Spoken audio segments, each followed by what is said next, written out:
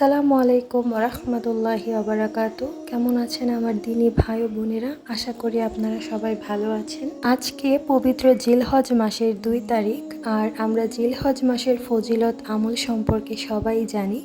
তারপরেও আমি ছোট করে কিছু কথা বলতে চাই। এই জিলহজ মাসের 10 তারিখ আমাদের মহান আল্লাহ তাআলার খুব বেশি পছন্দের দিন। তো এই দিনে বেশি বেশি করে ইবাদত করতে হয়।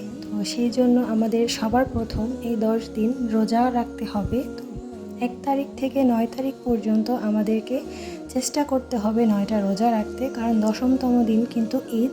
তো এই 9 দিন 9টা রোজা রাখতে হবে। 5 ওয়াক্ত নামাজ আদায় করতে হবে, একদম ওয়াক্ত মতো নামাজ আদায় করতে হবে। সুন্নতগুলা পালন করতে হবে অবশ্যই ফরজের সাথে। তারপর বেশি বেশি করে তাকবীর পাঠ করতে হবে। আল্লাহু আকবার, আল্লাহু আকবার, লা ইলাহা ইল্লাল্লাহু, আল্লাহু আকবার, আল্লাহু আকবার, ওয়ালিল্লাহিল হামদ।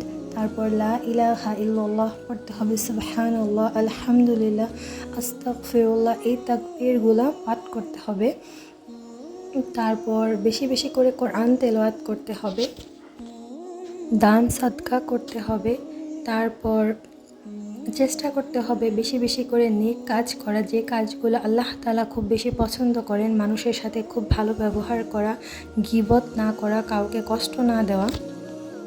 মহান আল্লাহ তাআলা যে কাজগুলা করলে বেশি খুশি হন সেই কাজগুলা করা। আর অবশ্যই প্রত্যেকটা নামাজের পর, ফজরের নামাজের পর সূরা ইয়াসিন, জোহরের নামাজের পর সূরা ফাতাহ, আসরের নামাজের পর সূরা নাবা, মাগরিব নামাজের পর সূরা ওয়াকিয়া, আর এশারের নামাজের পর সূরা মুলক পড়তে হবে। এই 5 ওয়াক্ত নামাজের পর এই 5টা সূরা পড়লে মহান আল্লাহ তাআলা অনেক বেশি খুশি হবেন। এই 10 দিনে আল্লাহ তাআলাকে খুশি করতে পারলে আল্লাহ তাআলা আপনার মান সম্মান, আপনার মনের আশা, আপনার চাওয়া পাওয়াগুলো সব কিছুই কিন্তু আল্লাহ তাআলা পূরণ করে দিবেন। এই জিলহজ মাসের 10 দিনের মধ্যে একটা স্পেশাল দিন আছে, সেটা হচ্ছে আরাফার দিন। যেই ব্যক্তি আরাফার দিন রোজা রাখবে, সাল্লাল্লাহু আলাইহি ওয়াসাল্লাম বলেছেন, সেই ব্যক্তির সামনের 1 বছর আগের গুনাহ এবং পেছনের 1 বছরের গুনাহ মাফ করে দেওয়া হবে।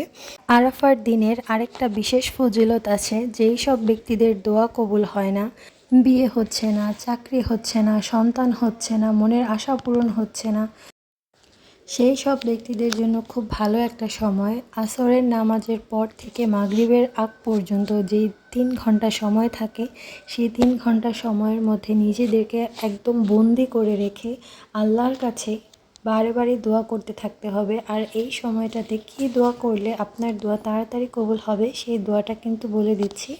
সেই দোয়াটা হচ্ছে লা ইলাহা ইল্লাল্লাহু ওয়াহদাহু লা শারীকা লাহু লাহুল মুলকু ওয়া লাহুল হামদু ওয়া হুয়া আলা কুল্লি শাইইন কাদির। এই দোয়াটা কিন্তু বারবার পড়তে হবে। এছাড়া আপনি অন্য দোয়াও করতে পারবেন, কিন্তু হাদিসে এই দোয়াটা পড়ার কথা উল্লেখ আছে। তো আপনি যত খুশি পড়তে পারেন, 100 বার, 200 বার, আল্লাহর দিকে ধ্যান দিয়ে, আল্লাহর দিকে বিশ্বাস রেখে আপনি এই দোয়াটা বারবার পড়তে থাকবেন। আপনি যত বেশি এই দোয়াটা পড়বেন, আপনার দোয়া কবুলের চান্স, আপনার বিপদ আপদ মুক্তি, আপনার গুনাহ মাফ, আপনার সব কিছু কিন্তু তাড়াতাড়ি হওয়ার চান্সটা বেড়ে যাবে। তো আপনি বেশি বেশি করে এই আমলটা করতে থাকবেন। তো এই জিলহজ মাসে আমাদের যাদের সামর্থ্য আছে তারা কুরবানি দিবে, যাদের সামর্থ্য আছে তারা হজ করতে যাবে। আমাদের যাদের সামর্থ্য নাই, যাদের হজ করার এখনও আল্লাহ তৌফিক দেন নাই, তাদের জন্য একটা সুবর্ণ সুযোগ। ঘরে বসে আমরা কিন্তু এই 10 দিন নখ চুল না কেটে আমরা কিন্তু হজ করার পরিমাণ সওয়াব পেতে পারি, আমরা কুরবানি করার সওয়াব পেতে পারি। তো